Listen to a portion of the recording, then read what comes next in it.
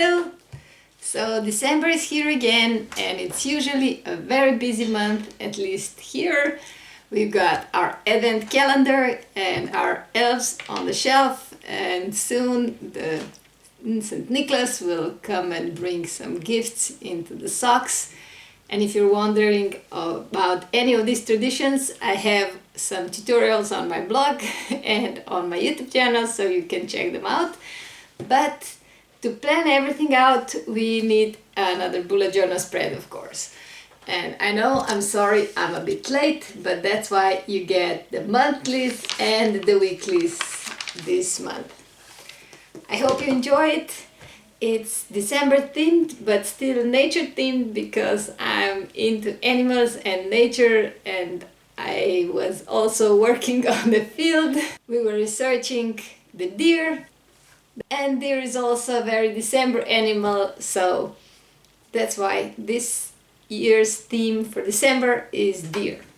I hope you like it, I hope you try it, and have lots of fun during this holiday month. I didn't complicate the titles. I used Pitt brush pen and tried to emulate some fancy lettering, and that was it. In the middle of the circle lays a small monthly calendar, because it's very handy to check the dates in one place when I'm writing my weeklies and so on. Then I inked the red deer that pulls the sleigh full of presents. I colored in deer's collar, a ribbon and a gift with the same red Pitt pen for some cohesion, and finished everything else with watercolors. If anybody is wondering, this month bullet journal took me about 2 hours and 20 minutes. If you don't have that kind of a time, and who could blame you in this busy month, you could choose to do one spread that you like, draw it out and photocopy it 4 times. Or just make the monthly. After sketching, I punched 31 circles for the days and distributed them on the page into 4 weeks.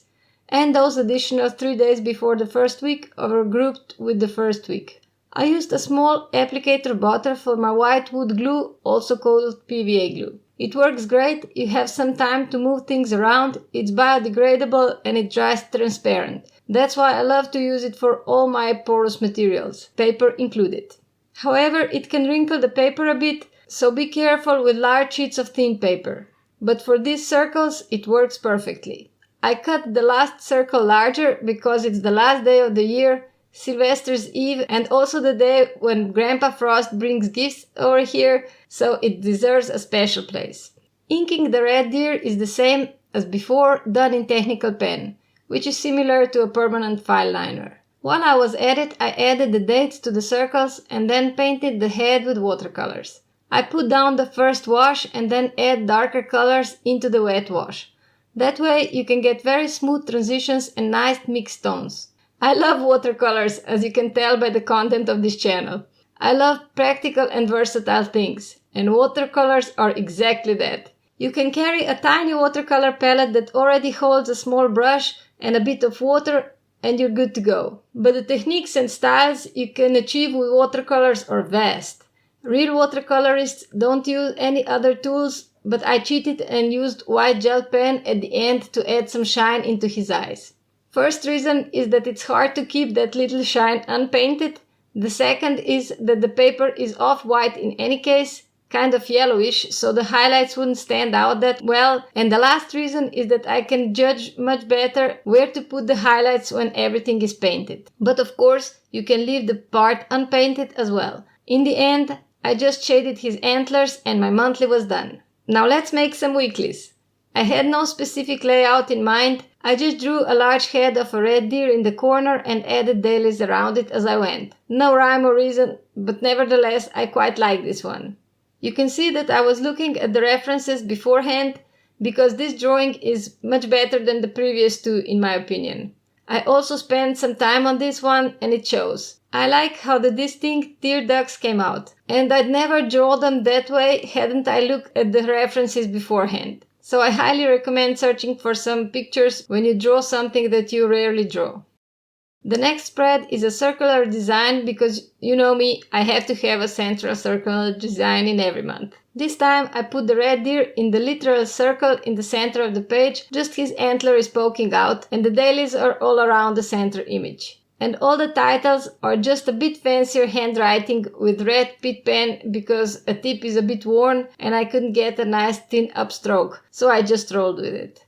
I might come back and add the background on this one now that I look at it. It looks kind of plain without it. What do you think? What kind of background should I include? A snowy landscape, a forest, or something else? For the third weekly, I wanted to take my learning to another level, but just looking at silhouettes of a deer instead of real photos. I quickly sketched the silhouettes and tried to add some detail later. This was actually unintentional, as I intended to just paint the silhouettes, but then I thought I'd try to make it into a drawing exercise. I have less time now to draw and paint, so I try to make the best of it. All the inking is done in a very thin technical pen or fine liner. 0.2.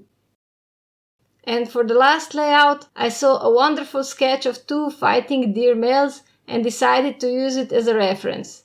As you can see, drawing from another drawing is much easier and yields nicer results. But the downside is that is a study. The art is not really yours. Since I don't intend to sell it or make money from it, it's meant just for pure learning. I don't think anyone would mind. I saw it on Pinterest and there was no author, so I can't share him with you, sorry.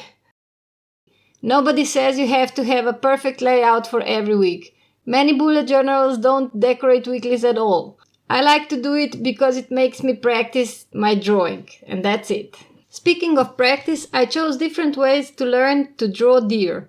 The first one is from memory. It's not good, as you can see. For the next one, on my monthly list, I looked at some reference pictures and I think that helped. The front view of deer is quite challenging for me though. And here's the final flip through. That's it for my spreads for the holiday month. I'd love to know which layout did you like and which one you hated. I have my favorites, but it's always fun to hear how different people like different things and why. Also, do you have any wishes for the January? I was thinking about seals. I've done penguins before, but I haven't done a bullet journal with seals yet. Or do you prefer polar bears? Or something non-animal? Any other idea? I'd love to hear them. Let me know in the comments.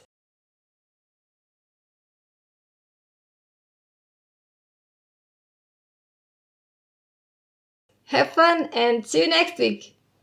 Bye bye!